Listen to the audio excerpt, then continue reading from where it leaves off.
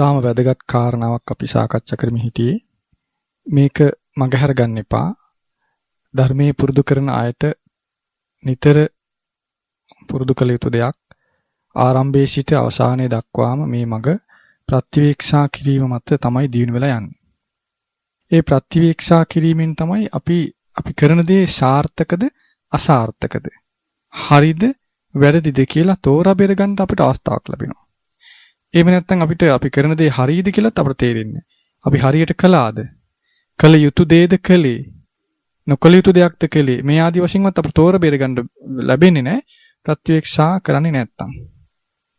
ඊළඟ දේ තමයි අපි ප්‍රතිවීක්ෂා කරනවා නම් අපිට ඒ මගින් අපිට තවදුරටත් විශ්වාසය, වීරිය වැඩි දියුණු වෙලා යනවා. අපි කරන දේ සාර්ථකයි කියලා යම් කෙනෙකුට තේරෙනවා නම් එපමණකින්ම එයා ඒ කටයුත්ත තවදුරටත් හොඳින් සාර්ථක කරගන්න එයා තුළ උනන්දුවක් ඇති වෙනවා. ඒක මේ වගේ. දැන් ඔන්න ගොවියෙක් ඉන්නවා. ඒ ගොවියා යම් බීජයක් හිටවනවා. එයාට තේරෙන්නේ නැත්තම් ඒ බීජේ පැලවෙනවා කියලා. එයාකට සාත්තු කරයිද? සාත්තු කරන්නේ නැහැ. යම් ගොවියෙක් ඉන්නවා යම් පැලයක් හිටවනවා. ඒ පැලේ එයා දවසින් දවස බලනවා. උදේ හවස බලනවා. ඒ බලනකොට එයාට තේරෙනවා නම් අලුතින් දළු දානවා. තියෙන කොළ පැහැපත් වෙනවා. කඳ වැඩෙනවා. මේ විදිහට මේ ගහේ වැඩිවීමක් එයාට තේරෙනවා නම් එයා ඒක සාත්තු කරයිද? ඒකට රැකබලා ගයිද? ආදරය කරයිද? නැද්ද? ඒක පෝෂණය කරනවා නේද? පෝෂණය කරනවා. ඉතින් එයා බලනකොට ඒ ගහේ දළු දාන්නේ නැත්තම් දල්ල මැල වෙනවා නම් තියෙන පත්‍ර දුර්වර්ණ වෙනවා නම් හැකිලෙනවා නම් කඳ වියලෙනවා නම් එයා ඒකට සාත්තු කරයිද? සාත්තු කරන්නේ නැහැ. එයා ඒකට ආදරෙන් සලකන එක අඩු කරනවා නේද? ඉතින් යම් කෙනෙක් ඒ තමන්ගේ වගාවට හොඳින් සාත්තු කරන්න නම් ඒ වගාව හොඳින් වැඩිනවා කියලා තේරෙන්නත් ඕන. ඒතකොට තමයි සතුටෙන් එයා ඒක කරන්නේ නේද? ඒ වගේ තමයි අපි කරන දේ සාර්ථකයි කියලා අපට තේරෙනවා නම් අපි තවදුරටත් හොඳින් කරනවා නේද? තවදුරටත් සතුටෙන් ඒක කරගෙන යනවා. ඒ නිසා ඒ භාවනා කරන කෙනාට ප්‍රතිවීක්ෂා කිරීම කියන එක ප්‍රීති ප්‍රමෝදයේ උපදව ගැනීම පිණිස උපකාර වෙනවා. සතුටෙන් වාසය කරන්න උපකාර වෙන එකක්. එයා තවදුරටත් හොඳින් මේ කටයුත්ත කරන්න එයාට හැකියාව උපදිනවා. ඒ නිසා මේ ප්‍රතිවීක්ෂා කිරීම කියන එකේ වටිනාකම හොඳින් තේරුම් ගන්න. භාග්‍යතුන් වහන්සේ අපට පෙන්වා දෙනවා අනුන්ගේ සිත දැකීමේ හැකියාව කුසලතාවේ නැත්නම් Tamanගේ සිත දැකීමේ කුසලතාවේ උපදව ගන්න කියලා අපට නිතර කියා දෙනවා. ඒ භාග්‍යතුන් වහන්සේ පෙන්වා දෙන්නේ මේ වගේ දැන් තරුණ වයසේ කෙනෙක් කණ්ණාඩියකින් මූණ බලනකොට ඒ මූණේ යම් කැලලක් නැත්නම් දූවිලි මොන හරි කිලිටක් තියෙනවා. එයා දැක්කොත් එයා කැමති වෙනවා ඉක්මනින් ඒක පිරිසිදු කරගන්න. එයා කැමති පිරිසිදු බව ඇති කරගන්න ඉක්මනින්. එයා මොනේ පිරිසිදු භාවයට කැමති වෙනවා. එයා ඉක්මනින් ඒක පිරිසිදු කරගන්න වෑයම් කරනවා, පිරිසිදු කරගන්නවා. ඒ වගේ අපිට අපේ සිතේ ස්වභාවය හොඳින් ප්‍රතිවීක්ෂා කරන්න කියලා කියා දෙනවා. සිත දිහා හොඳට බලන්න. බලලා සිතේ යම් කිලිටක් තියෙනවා නම් ඒ කිලිටි ස්වභාවය ඉක්මනින් දුරු කරගන්න බලවත් වූ කැමැත්ත උපදව ගන්න කියලා අපට කියා දෙනවා. ඉතින් ඒ වගේ භාගතුන් වහන්සේ අපට පෙන්වා දෙනවා. බණ භාවනා කරන කෙනෙක් හොඳින් Tamanගේ කරන භාවනා පිළිබඳ නුවණින් කල්පනා කරලා බලන්න, විමසලා බලන්න, ප්‍රතිවීක්ෂා කරන්න කියලා කියනවා. අපිට කියනවා මේ සමතය හොඳින් පුරුදු වෙනවද කියලා හොයලා බලන්න කියලා. ඒ වගේම විදර්ශනාව හොඳින් පුරුදු වෙනවද, පිහිටනවද කියලා හොයලා බලන්න කියලා කියනවා. එතකොට සමතය හොඳින් අපිට පුරුදු වෙනවද, හිතේ පිහිටනවද, විදර්ශනාව හොඳින් පිහිටනවද කියලා අපි හොයලා බලන්න ඕන.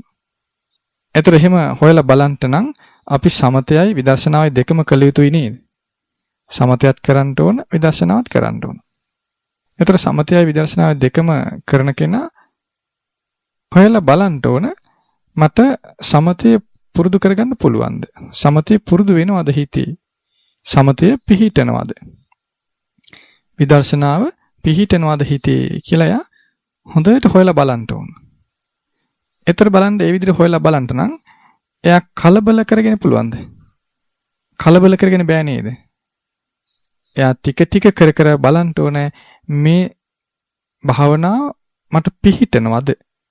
හිතේ පිහිටනවද මේක? කියලා හොඳට බලන්න. ඉතින් එහෙම කරන්න නම් කලබල නොවි ටික ටික හුරු කරන්න ඕන. කලක් කරන්න ඕන. පොඩි වෙලාවක් කළා පුළුවන් ද අපිට මේක තීරණයකට එන්න? පොඩි වෙලාවක් කළා තීරණයකට බෑ. දවස් දෙකක් කළා පුළුවන් ද තීරණයකට එන්න? මට වැඩින්නේ නැහැ කියලා. එහෙම බෑ නේද? දවස් දෙකක්, සතියක් හමාරක්, මාසයක් හමාරක් භාවනාවක් කරලා අපිට මේක මට වැඩිනවද නැද්ද කියලා තීන්දුවකට එන්න බෑ කෙනෙකුට. ඒ නිසා සමහර විට කලක් කරන්න වෙයි. ඊළඟට කලබල වෙලා කරලත් බෑ. කලබල වෙලා කරලත් අපිට තෝරගන්න බෑ කොහොමද වෙන්නේ කියලා.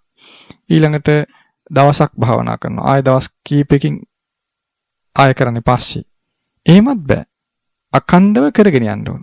එතකොටයි මේ භාවනාව Tamanට හුරු කරගන්න පුළුවන්ද කියන කාරණේ තේරෙන්නේ. කියන අඛණ්ඩව කරගෙන යන්න ඕනේ බණ භාවනාව. එහෙනම් අපි සමතේ කරන්නත් ඕන, විදර්ශනාවත් කරන්න ඕන. ඊළඟට අඛණ්ඩව කරගෙන යන්නත් ඕන. ඊළඟ දේ තමයි කලබල නොවි ටික ටික පුරුදු කරගන්න ඕන. ඊළඟට ඒ පුරුදු කරන අතරම තමා හොඳින් තේරුම් ගන්න ඕන මට මේ සමතය හිතේ පිහිටනවද? සමතේ වැඩිනවද? විදර්ශනාව හිතේ පිහිටනවද? විදර්ශනාව වැඩිනවද කියන කාරණා අපි හොඳින් තේරුම් ගත යුතුයි. සොයා බැලිය යුතුයි. ඒ විදිහට හොඳින් තේරුම් ගන්නට නම් අපි ඊට කලින් තෝරා බේරගත යුතු දේවල් තියෙනව නේද? මතකයිද ඒවා? අපි කලින් කතා කළා. අර ලාමක අකුසල් වලට මගේ හිත යට වෙලාද තියෙන්නේ කියන කාරණා අපි කලින් හොයලා බලන්න ඕන. ඒව හොයලා බලන්න නැතුව අපිට සමතේ පිහිටනවද විදර්ශනාව පිහිටනවද කියලා හොයාගන්න බෑ. නේද? එහෙනම් අකුසල් ස්වභාවයන් ගැන කලින් අපි විමසලා බලන්න ඕන. එතකොට කලක් යනකොට අකුසල් ස්වභාවයන් ටික ටික තුනී වෙනවා අපට තේරෙයි. ඒ සමගම සමතේද පිහිටන්නේ විදර්ශනාවද පිහිටන්නේ මේ දෙකම පිහිටනවද කියන කාරණාව අපට තෝරා බේර ගන්න පුළුවන්කමක් ලැබෙයි. ඉතින් බලන්න මේ විදිහේ මේ සිතේ ධර්මයේ පුරුදු කර ගැනීම මේ විදිහට කලබල කරගෙන පුළුවන් ද කරන්න? කලබල කරගෙන කරන්න බෑ නේද? දවසකින් දෙකකින් හදිසියට කරගන්න පුළුවන්ද? හදිසියට කරන්න බෑ. මේක ඊටාම ඉවසීමෙන් ටික ටික කර කර පුරුදු කරගත යුතුයි. තව කෙනෙකුට පුරුදු කළ දෙන්නත් බෑ. තව කෙනෙකුට පුරුදු කළ දෙන්න බෑනේ. තමන්ම පුරුදු කරගත යුතුයි. ඉතින් මේ විදිහට මේක අඛණ්ඩව අපි කරේ නැත්තම්, ඉවසීමෙන් කළේ නැත්තම් අපිට මේ ධර්මයෙන් පිහිටක් ලබා ගන්න බැරුව යනවා. ඉතින් යම් කෙනෙක් ඉවසීමෙන් අඛණ්ඩව ටික ටික පුරුදු කරගත්තොත් අපිට පුංචි හෝ ප්‍රතිලාභයක් පිහිටක් පිළිසරණක් මේ ධර්මයෙන් ලබා ගන්න අවස්ථාව තියෙනවා. ඒ නිසා ඔයගොල්ලෝ කලබල වෙන්න එපා, අම්මලි වෙන්නත් එපා. ඉවසීමෙන් මේ ධර්මයේ ඉගෙන ගනිමින් ටික ටික මේ බණ භාවනා පුරුදු වෙන්න. සමතය විදර්ශනාව මේ භාවනා කොටස් දෙකම ටික ටික පුරුදු කරන්න. ඒතර කලක් යනකොට අපිට මේ හිතේ මේ භාවනාව පහසුවෙන් පුරුදු කරන්න හැකියාවක් ඇති කරගන්න පුළුවන් වෙයි. එතකොට අපිට මේ ලාමක අකුසල් බැහැර කරලා පහසුවෙන් වාසය කරන්න පුළුවන් කලක් උදා වෙයි. අන්න එතකොට අපිට තේරුම් ගන්න පුළුවන් වෙයි දැන් මගේ හිතේ සමතේ වැඩිනවද? එහෙම නැත්නම් විදර්ශනාව වැඩිනවද කියන කාරණාව අපිට තෝරා බේර ගන්න පුළුවන් වෙයි. ඒතර බලන්න අපි හොඳට කල්පනාවෙන් සිහිනුවණින් තෝරා බේර නොගත්තොත් අපිට මේක හදාගන්න බෑ නේද? ඒ නිසා අපි සමතය අඳුර ගන්නත් ඕන, විදර්ශනාව අඳුර ගන්නත් ඕන. අඳුරගෙන මගේ හිතේ සමතයද වැඩින්නේ, විදර්ශනාවද වැඩින්නේ කියන කාරණා අපි හොඳින් තෝරා බේර ගන්න ඕන. එසේ තෝරගෙන, එසේ හඳුනගෙන, වටහාගෙන අපි සුදුසු විදිහට කටයුතු කරන්න ඕන. යම් කෙනෙකුට සමතේ වැඩිනවා නම් එයා සමතේ පිහිටලා විදර්ශනාවට හරව ගන්න ඕන. යම් කෙනෙකුට විදර්ශනාව නම් පිහිටන්නේ ඒ විදර්ශනාව දියුණු කරගෙන විදර්ශනාවේ පිහිටලා සමතේට හරව ගන්න ඕන. ඉතින් කලකදී එයාට සමතයත් විදර්ශනාවත් දෙකම පුරුදු කරගන්න, හුරු කරගන්න, හොඳින් පවත්වන්න පුළුවන් කලක් උදා වෙනවා. ඉතින් කලබල නොවි මේ ධර්මයේ පුරුදු කරගත්තොත් අපිටත් අවස්ථාවක් උදා වෙයි. එක්ක සමතේ නැත්නම් විදර්ශනාව කියන මේ භාවනා වලින් එකක් හෝ දෙකම හෝ අපිට හොඳින් පුරුදු කරගන්න අවස්ථාවක් උදා වේ. ආන්ගේ අවස්ථාව උදා වුණොත් අපිට මේ ධර්මයෙන් පිහිටක් ලබා ගන්න පුළුවන්කම තියෙනවා. ඉතින් කලබල වෙන කෙනාට ඒ අවස්ථාව ගිලිහිලා යනවා. ඉතින් අපිට භාගතුන් වහන්සේ කොතනකවත් පෙන්වා දීලා නැහැ මෙයාට මේක සිද්ධ වෙන්නේ නැහැ කියලා. ඉතින් මේ විදිහට දියුණු වෙන්නේ නැත්තම් යම් කෙනෙකුට අනාගතයේදී දියුණු ඇති කරගෙන පිණිස වීර්යය කරන්න කියලායි කියා දෙන්නේ. ඒ නිසා අපිට දවසකින් දෙකකින් මේක වෙයි කියලා, දවසකින් දෙකකින් මේ භාවනාව වැඩෙයි කියලා බලාපොරොත්තු තියාගන්න එපා. සමහර කෙනෙකුට එහෙම වෙන්නත් පුළුවන්. සමහර කෙනෙකුට දවසකින් දෙකකින්, සතියකින් හමාරකින් භාවනාවක් පුරුදු වෙන්න පුළුවන්. ඒක යාගේ පිනේ ස්වභාවය. එයාගේ හිත මෝරලා තියෙන ස්වභාවය. සමහර කෙනෙකුට අවුරුද්දක් දෙකකින්වත් නැති වෙන්න පුළුවන්. භාවනාවක් පුරුදු නොවෙන්න පුළුවන්. ඒ කෙනෙකුගේ ස්වභාවය. හැබැයි අපි අඛණ්ඩව ශ්‍රද්ධාව දියුණු කරගෙන, සිහි පිහිටුවගෙන, සතිපට්ඨානය පුරුදු කරගන්න කල්පනා කළොත් එයාට අවස්ථාවක් උදා වෙයි. කාලය කොහොම වෙයිද කියලා අපිට කියන්න බෑ. යම් දවසක එයාට සමතේ හෝ විදර්ශනා හෝ හිතේ පිහිටව ගන්න පුළුවන් කලක් උදා වෙයි. ඒ නිසා අපි අධෛර්යමත් වෙන්න එපා.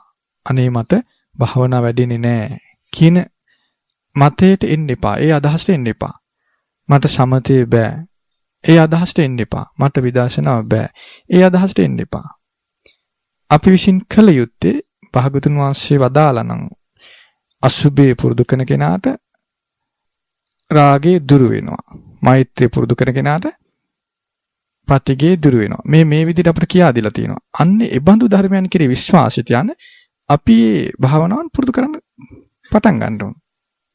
ඉන් ටික ටික කරනකොට අපේ හිතේ ඒ ධර්මයේ පුරුදු කරගන්න අවස්ථාවක් උදා වෙයි. ඒ නිසා ආරම්භයේ ඉඳන්ම මට භාවනාව පිහිටනවද නැද්ද කියලා හොයන්න එපා. ආරම්භයේ ඉඳන් අපි ඒ භාගතුන් වහන්සේ වදාළ ධර්මයේ කෙරෙහි පැහැදීම උපදව ගන්න. උපදවගෙන මම මේ ධර්මයන් පුරුදු කරගන්න ඕනේ කියන හැඟීම ඇති කරගෙන ටික ටික පුරුදු කරයන්. ඒ ධර්මයන් පුරුදු කිරීමෙන් අපට ලැබෙන ප්‍රතිලාභ ගැන කල්පනා කරන සුව පහසු ගැන කැමති වෙන්න. ආන් එතකොට අපි අපේ හිත කැමති මේ ධර්මයන් පුරුදු කරන්න. හිත කැමති වෙන්න හිතේව පිහිටයි. නැත්තම් බලහත්කාරයෙන් මේව පිහිටව ගන්න බෑ. ගොඩාක් අය බණ භාවනාවක් බලහත්කාරයෙන් හිතේ පිහිටව ගන්න උත්සාහ කරනවා. ඒ නිසාම භාවනාව පුරුදු කරන්න බෑ. මොකද බලහත්කාරයෙන් පිහිටවන්න බෑ ඒක. බණ භාවනාවක් හිතේ පිහිටන්න නම් හිතේ කැමැත්තක් තියෙන්න ඕන. ඒ කුසලයට හිත කැමති නම් ඒ තුල පිහිටයි. ඒ නිසා අපි යම් භාවනාවක් කරන කෙනා ඒ භාවනාව කෙරෙහි කැමැත්ත උපදව ගන්න. කැමැත්ත උපදව ගන්නකොට කලකදී ඒ කැමැත්ත උපදවගත් කෙනාට ඒ භාවනාව පුරුදු කරගන්න පුළුවන්කමක් තියෙනවා. ඒ නිසා ඒ භාවනාවෙන් ලැබෙන ප්‍රතිලාභය කල්පනා කරලා භාවනාව ගැන කැමැත්ත උපදවගෙන ටික ටික පුරුදු කරගෙන යන්න.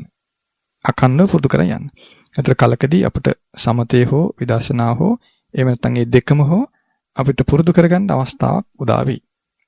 එතකොට ඒ සමතේ පුරුදු වෙන කෙනාට සමතේ පිහිටලා විදර්ශනාවට හරව ගන්න මහන්සි වෙන්න ඕන, උනන්දු වෙන්න ඕන.